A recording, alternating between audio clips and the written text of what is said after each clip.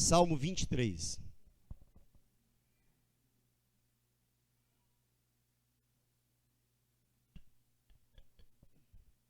Salmo de número 23. Isso, vai achando, vai dando glória a Deus. Amém. Se você está mais ou menos no meio da Bíblia, você abrir a Bíblia no meio, provavelmente você vai achar o livro dos Salmos. Aí você acha o 23. Salmo de Davi. Salmo de número 23. Aleluia. Glória a Deus.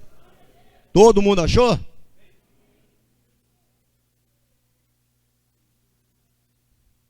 Eu acho bacana isso, sabe? A questão de disciplina. Sem precisar falar, vocês já entendem reverência à palavra de Deus, já vão ficando em pé. Porque nós não estamos lendo um livro qualquer. Nós estamos lendo a palavra de Deus. Diz assim: o Senhor é o meu pastor, nada me faltará.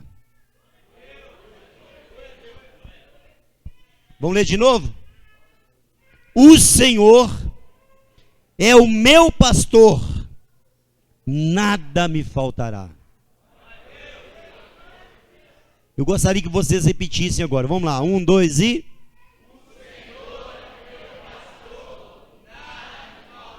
Mais uma vez.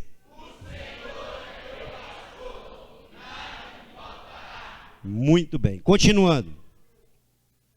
Deitar-me faz em verdes pastos, guia-me mansamente a águas de descanso, refrigera minha alma, guia-me pelas veredas da justiça por amor do seu nome. Ainda que eu ande pelo vale da sombra da morte, não temerei mal algum, porque tu estás comigo, a tua vara e o teu cajado me consolam. Preparas uma mesa perante mim, na presença dos meus inimigos, unges minha cabeça com óleo e o meu cálice transborda. Certamente que a bondade e a misericórdia me seguirão todos os dias da minha vida, e habitarei na casa do Senhor por longos dias. Podem se sentar dando glória a Deus, dizendo aleluia. Fala assim: o Senhor é bom, é muito bom. Irmãos, esse salmo escrito por Davi que foi talvez o maior de todos os pastores de ovelha da humanidade. Um exemplo. Davi que alcançou uma grande experiência na sua vida cuidando de ovelhas. Davi que desde criança aprendeu o ofício de cuidar de ovelhas. Enquanto os irmãos dele estavam em casa, quando Samuel foi lá na casa de Jessé, Davi estava no pasto cuidando de ovelhas. Quando os irmãos de Davi estavam na guerra, Davi estava no pasto cuidando de ovelhas. Enfim, ele adquiriu uma vasta experiência com o cuidado de ovelhas. E agora Davi escreve este salmo baseado na experiência que ele tinha adquirido, conquistado ao longo de muitos anos, cuidando de ovelhas no pasto.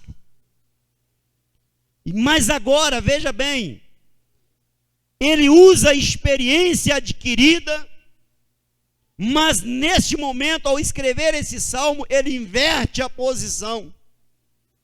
Ele agora se coloca no lugar da ovelha e coloca Deus no lugar de pastor.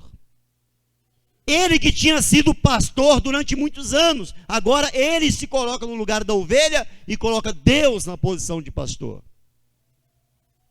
Mas tudo que ele fala nesse salmo, tudo que ele escreveu aqui, foi baseado na experiência adquirida cuidando das ovelhas. Davi, ele tinha uma preocupação com o rebanho que ele cuidava. Ele tinha preocupação, porque ovelhas são animais muito debilitados, muito frágeis, muito vulneráveis. Precisa de um cuidado extremo. Então Davi, ele preocupava com esse rebanho, sempre cuidando para que não faltasse nada para as ovelhas. E então, baseado na experiência dele, e agora se colocando no lugar de ovelha, ele diz: o Senhor é o meu pastor e nada me faltará. Por que ele faz essa afirmação? Porque ele, quando pastor, ou ele como pastor, ele não deixava faltar nada para as ovelhas. Ele não deixava faltar alimento. Ele não deixava faltar água. Ele não deixava as ovelhas sem cuidado. E então ele tinha condição agora de dizer, da mesma forma que ele cuidava das ovelhas, ele está dizendo agora: Deus é o meu pastor e não vai deixar faltar nada para mim. Nós vivemos uma época em que, segundo os economistas, os empresários, as reportagens, o Brasil está atravessando uma crise econômica muito grande. E isso é um fato. Mas se nós temos o Senhor como nosso pastor, nós podemos descansar nele, porque nada vai nos faltar. Certamente Davi, pastoreando aquele rebanho por muitos anos, certamente ele passou por momentos difíceis também. Quem sabe por momentos de seca, de falta de chuva. Quem sabe momentos de pastos difíceis, pastos ruins.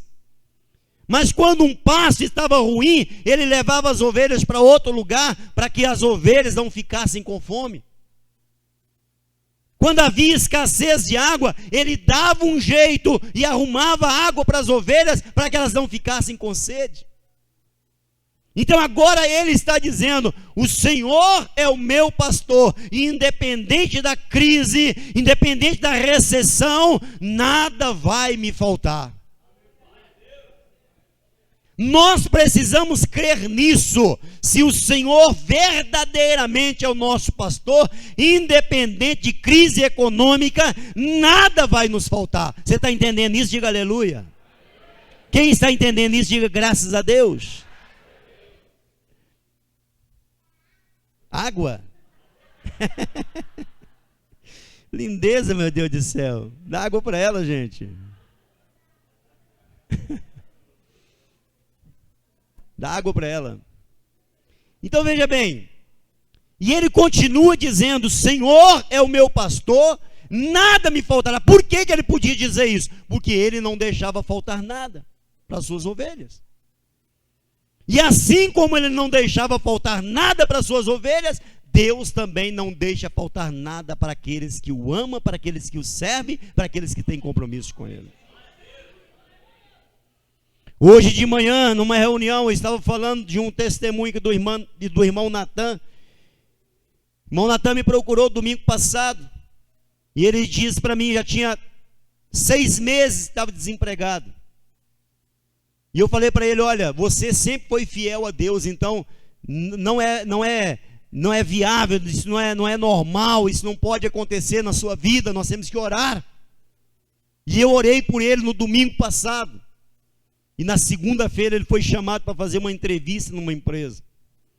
E ele fez a entrevista e disseram para ele arrumar os documentos, que ele já tinha passado em todas as entrevistas, mas quando ele chega em casa, ele recebe telefonema de uma segunda empresa. Uma empresa maior, com um salário melhor. E ele foi lá, fez as entrevistas, e o gerente lá falou para ele assim: olha, você está contratado. Aí chega a outra pessoa responsável e diz: irmão, tem um problema. que o cargo que nós temos disponível é incompatível com o salário dele é maior do que o cargo. Aí o gerente falou assim: não tem problema, nós vamos inventar um outro cargo para ele, nós vamos criar um novo cargo para ele, e agora ele é assistente da gerência administrativa da Gerdau.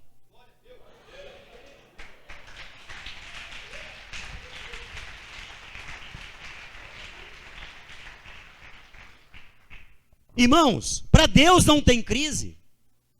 Precisamos entender isso. Nós ficamos alarmados, desesperados, o Brasil está em crise, mas aquele que tem confiança em Deus não tem motivo para temer, porque Deus está acima de qualquer crise. Nós vemos na palavra de Deus quantas vezes que homens e mulheres de Deus, fiéis a Deus, enfrentaram crises, mas não passaram necessidade. Quantas vezes nós vimos exemplos de pessoas na Bíblia que em meio a situações complicadas, Deus sustentou. Um dos exemplos que mais me chama a atenção é um exemplo do profeta Elias. É uma passagem linda. Elias estava vivendo uma época de recessão terrível, de uma fome terrível em Israel. Então Deus aparece para ele e diz assim: fica tranquilo que eu vou cuidar de você. E a Bíblia diz que todos os dias, por mais ou menos 2 anos, todos os dias, o corvo vinha trazer pão e carne para Elias, de manhã e à tarde. 2 vezes por dia, por mais ou menos 2 anos. O corvo vinha trazer pão e carne para o profeta Elias. Agora espera aí, corvo, irmãos, corvo, trazer pão e carne. Até que a carne, a gente consegue dizer que é uma coincidência, porque de repente ele pegava lá uma lebre, um coelho, mas todo dia, 2 vezes por dia, né? Já é meio estranho. Mas fica muito mais estranho ainda quando você vê Deus falando: o corvo vai trazer para você também pão. Aí eu fico olhando isso e perguntando: aonde o corvo achava pão, irmãos? Aonde? 2 vezes por dia, por 2 anos, não faltou nem um dia. Eu não sei aonde, não dá nem para imaginar aonde o corvo achava pão, mas o fato é que todos os dias, 2 vezes por dia, o corvo trazia pão e carne para o profeta Elias. Aí de repente a água secou e Deus aparece para ele e fala assim: agora você vai sair daqui e vai para Sarepta, uma cidade aqui próxima, porque eu já ordenei a uma viúva que vai sustentar você. O profeta sai dali e vai para Sarepta. Quando ele chega lá, olha a viúva que Deus havia ordenado, uma mulher que estava pronta para morrer de fome. O profeta chega lá, encontra a mulher está catando uma lenha, e o profeta fala assim: eu estou com fome, arruma comida para mim. A mulher fala: como assim? Está vendo essa lenha aqui? Estou indo para casa, vou fazer um pequeno bolo com restinho de farinha, com restinho de azeite, vou comer um pedacinho, vou dar um pedacinho para o meu filho, depois nós vamos morrer, porque não tem mais nada para fazer. Foi esta mulher que Deus ordenou que sustentasse o profeta. O profeta diz assim: não temas, faz o bolo que você falou, traz para eu comer primeiro. E a mulher foi lá, obedeceu, trouxe, o profeta comeu, depois falou assim: assim diz o Senhor, nunca vai faltar farinha na sua panela e nem azeite na sua botija. Foi para a casa da mulher e ficou lá mais de 1 ano, e a mulher sustentando ele. Deus ordenou, e a mulher que estava pronta para morrer de fome, Deus fez uma reviravolta na vida dela, e ela sustentou o profeta, ela e o seu filho, durante mais de 1 ano, e não passou necessidade. O Senhor é o meu pastor, e nada me faltará. Aleluia. No versículo 2, Davi diz assim: deitar-me fazem verdes pastos, guia-me mansamente às águas de descanso. Davi, ele tinha o costume de levar as ovelhas para pastos verdejantes, pastos bons, não era pastos secos não, e águas de descanso, águas tranquilas, porque Davi tinha o costume de levar as ovelhas para pastar, depois levava para beber água, e aí elas com a barriguinha cheia, elas dormiam. Elas descansavam tranquilamente. E é aqui Deus está nos dizendo o seguinte, através desse salmo: O Senhor é aquele que nos leva para pastos verdejantes, dá fartura e prosperidade, mesmo em meio à crise, e nos faz descansar em sua presença. Então nós não temos motivo para desesperar. A única coisa que nós temos que nos preocupar é em ser fiéis a Deus. Porque quando nós somos fiéis a Deus, Deus, Ele é o nosso pastor e nada vai nos faltar. Ele nos leva, Ele nos guia, Ele nos dirige à prosperidade, ao lugar de descanso, ao lugar de repouso. Aleluia! O versículo 3: refrigera a minha alma, guia-me pelas veredas da justiça por amor do seu nome. Refrigerar a alma, irmão, significa tirar toda angústia, tirar toda depressão, tirar toda tristeza, toda ansiedade. Tem um outro versículo que diz assim: lance sobre ele toda a vossa ansiedade, porque ele tem cuidado de vós. Refrigerar a alma, sabe o que significa isso? É você deitar na sua cama à noite e dormir um sono tranquilo, em paz, porque o Senhor está cuidando de você. Refrigerar a sua alma, sabe? É tirar toda angústia, toda depressão, toda opressão, e você poder descansar em Deus. Agora, uma coisa interessante que diz nesse versículo 3: por amor do seu nome. Escuta uma coisa, nós vamos aprender isso aqui. Deus nos protege, Deus prospera, Deus abençoa, mas não é pelo nosso mérito. Não é porque nós somos merecedores de nada, porque nós somos maus. Todos nós somos maus. Não existe nenhum bom sequer aqui. Todos nós somos maus. Então nenhum de nós merecemos. Mas a Bíblia está dizendo: é por amor do seu nome. Aleluia. É por amor do seu nome. Entenda uma coisa.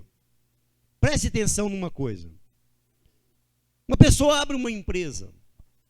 Quando ela abre uma empresa, ela está colocando o nome dela naquela empresa. E se ela começar a dar calotes, o nome da pessoa vai ficar sujo. Não é só o nome da empresa. Deixa eu dar um exemplo bem simples aqui. Vou citar o irmão Lorival novamente. Viu, irmão Lorival? Me desculpa, eu estou citando o senhor muito nesses últimos cultos. O irmão tem um açougue aqui embaixo, da VP1. Eu nem lembro o nome do açougue dele. Porque quando eu quero me referir ao açougue dele, eu nem falo o açougue pelo nome, eu falo assim, o açougue do Lorival. Porque é o nome dele que está em jogo. Agora, se ele começar a vender mochiba no lugar de carne, se ele começar a passar os clientes para trás, se ele começar a dar troco errado, esse tipo de coisa, o nome dele é que vai para a lama, não é o açougue. É o nome dele que vai estar em jogo. Se ele agir mal com os clientes, ele vai perder a clientela, e aí, irmãos, vai queimar o nome dele, e depois disso ele pode abrir mais 30 açougues aqui que ninguém vai comprar mais, porque o nome dele ficou queimado. Todas as pessoas falam: o açougue está abrindo ali, do Lorival, misericórdia, porque o nome da pessoa está em jogo. Mas ele trata bem os clientes, ele vende carne boa, então o nome dele está em jogo, e todo mundo fala assim: o açougue Lorival pode comprar que é carne boa. Vocês estão entendendo? É por amor ao seu nome, ao nome do Senhor. Não é pelo meu nome, não é pelo seu nome, não. É pelo nome do Senhor que Ele faz isso por nós. Porque o nome do Senhor é grande, o nome do Senhor é poderoso. Aleluia. Versículo 4: ainda que eu ande pelo vale da sombra da morte, não temerei mal algum, porque tu estás comigo, a tua vara e o teu cajado me consolam. Presta atenção em duas coisas aqui. Ainda que eu ande pelo vale da sombra da morte. Davi, todos os dias, ele pegava as ovelhas, tirava do aprisco de manhã, levava para o pasto, ficava com elas ao dia inteiro cuidando delas. À tardezinha, ele trazia as ovelhas de volta para o aprisco. E nessa jornada de ida e volta, ele encontrava muitos perigos no caminho. Muitos predadores querendo arrebatar as ovelhas. E a ovelha, irmão, se você analisar um pouco a questão da ovelha, a ovelha enxerga pouco, a ovelha não corre, a ovelha é lenta, a ovelha não tem chifre, a ovelha ela é totalmente indefesa. Totalmente indefesa, assim como nós somos. Nós somos indefesos diante do inimigo, se não for a proteção de Deus. E a proteção de Deus que nos guarda e que nos livra. Amém? Por isso que a Bíblia fala em muitas ocasiões que nós somos ovelhas do seu rebanho. Mas a ovelha, como frágil, como vulnerável que é, precisa de um bom pastor para cuidar e para livrá-las do perigo. E nessas indas e vindas, por muitas vezes, as ovelhas encontraram predadores. Certa vez ele falou assim para o rei Saul: quando eu estava cuidando do rebanho do meu pai, veio um leão para tentar pegar uma ovelha, e até pegou a ovelha, mas eu lutei contra o leão, matei o leão e tomei a ovelha da boca do leão. Em outra ocasião veio um urso e arrebatou uma ovelha, eu lutei contra o urso, matei o urso e tomei a ovelha da boca do urso. E agora ele está dizendo aqui, olha: ainda que eu ande pelo vale da sombra da morte, ainda que o inimigo me ataque, ainda que o predador venha, ainda que o diabo venha, o Senhor vai me proteger, eu não vou temer mal algum. Olha o que ele está dizendo: não temerei mal algum, porque o Senhor me protege. As ovelhas, sendo vulneráveis, elas não tinham nenhuma preocupação. Elas não tinham preocupação com a comida, elas não tinham preocupação com a água, elas não tinham preocupação com os predadores. Por quê? Porque tinha alguém para cuidar delas. E assim somos nós diante do Senhor. Você não precisa preocupar com a comida que você vai comer amanhã. Você não precisa preocupar com a roupa que você vai vestir amanhã. Você não precisa preocupar com a saúde. Você não precisa preocupar com nada. Pode dormir em paz, porque tem um pastor cuidando de você. Não precisa ficar preocupado com os ataques do diabo, porque tem um pastor cuidando de você. E ainda que o diabo ataque, Deus nos livra, porque Ele é o nosso pastor e nada nos faltará. Mas uma segunda coisa que eu quero olhar aqui nesse versículo com vocês. Ele diz assim: tua vara e o teu cajado me consolam. Vamos parar um pouquinho para entender. O que é vara? Davi falou assim: a tua vara e o teu cajado me consolam. E o pastor de ovelhas, ele usava dois instrumentos: a vara e o cajado. Você conhece vara? Alguém conhece vara aí? Conhece? E as crianças conhecem vara? Ultimamente é um instrumento que quase ninguém conhece mais. Quase ninguém mais conhece esse instrumento chamado vara, né? Estão aposentando as varas. Mas a Bíblia diz assim, ó: corrige o teu filho com a vara e livrarás a alma dele do inferno. Você conhece vara? É aquele negócio comprido assim, ó, e fininho, que quando bem puxada nas pernas, dá aquele vergão vermelho e arde, que é uma beleza. Conhecem? Hã? Como é que é? Tem alguma lá na sua casa? Não, né? Tua vara e o teu cajado me consolam. Agora, peraí, como é que vara pode consolar alguém? Entenda isso. Tua vara me consola? Alguém já apanhou de vara aí? Levanta a mão, deixa eu ver, já apanhou de vara?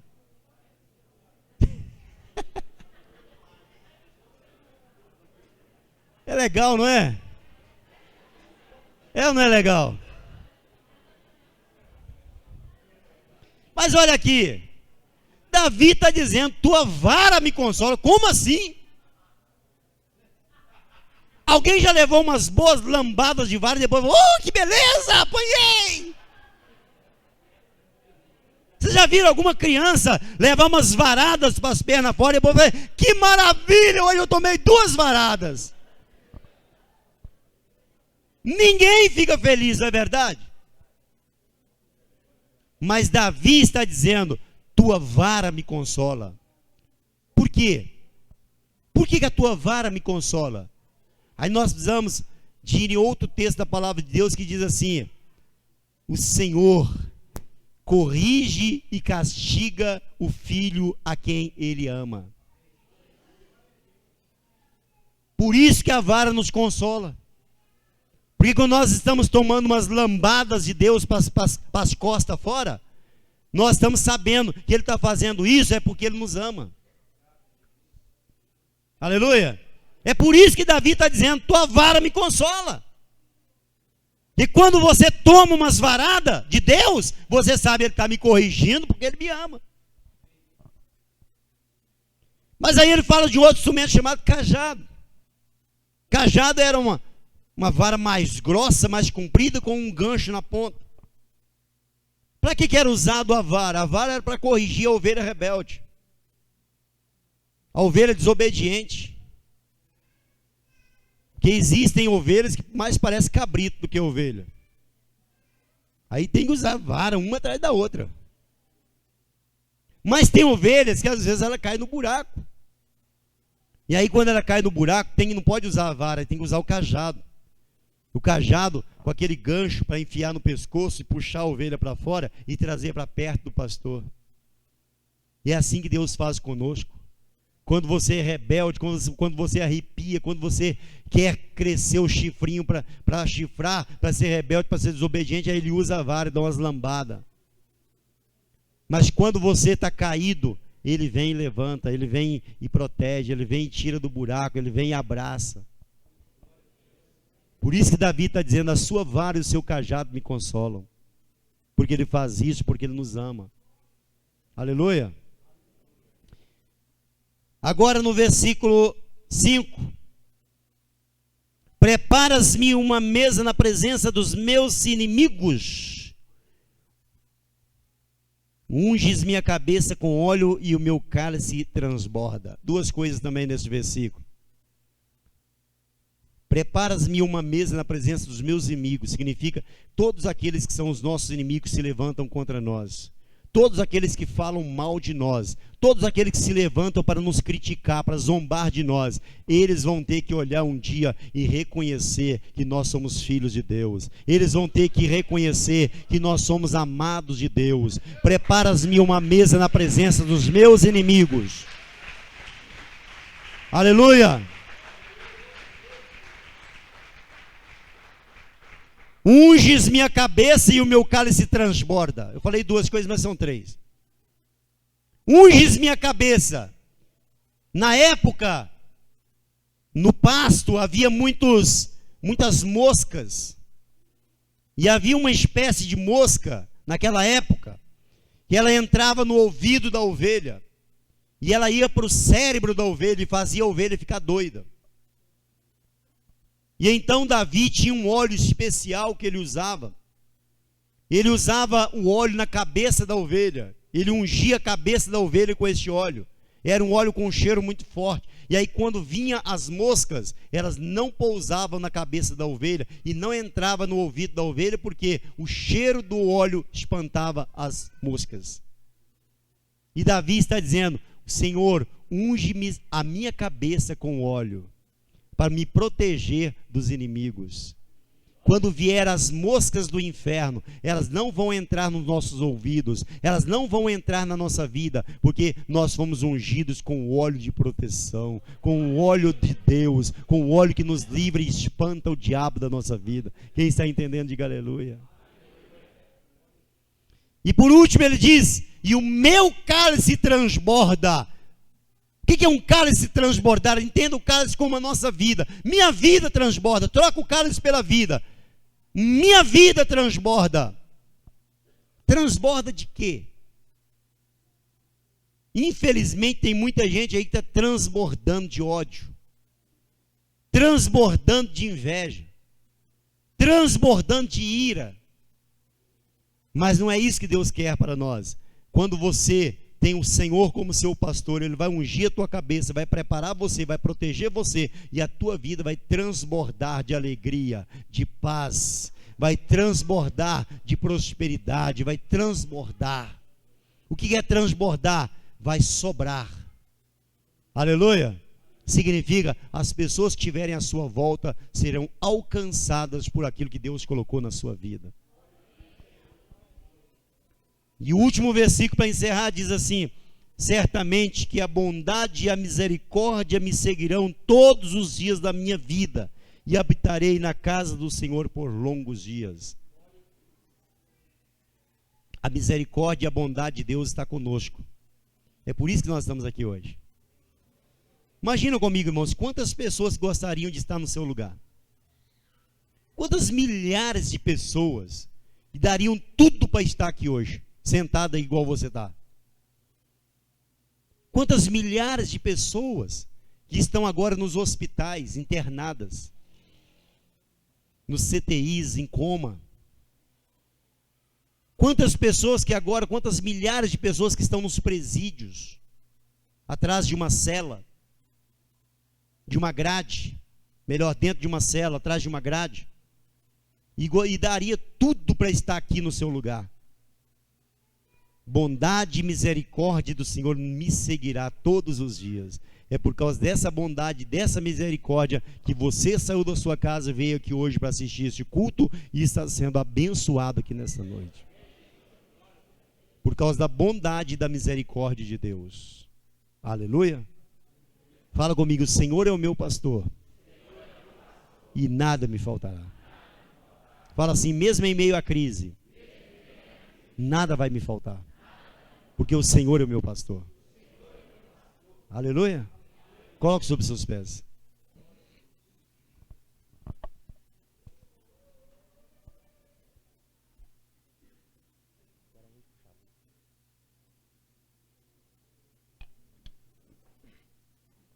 Se você entendeu isso, eu gostaria que por 2 minutos você fizesse uma oração de agradecimento. Nós pedimos tanto e agradecemos tão pouco, né? Vamos cantar uma canção, você vai cantando, vai refletindo sobre essa música que nós vamos cantar, e vai fazendo disso uma verdade na sua vida, uma prática na sua vida. E vai agradecendo a Deus, porque Ele é o seu pastor. E ainda que você ande pelo vale da sombra da morte, não tem motivo para você temer, porque Ele cuida de você. Feche os seus olhos.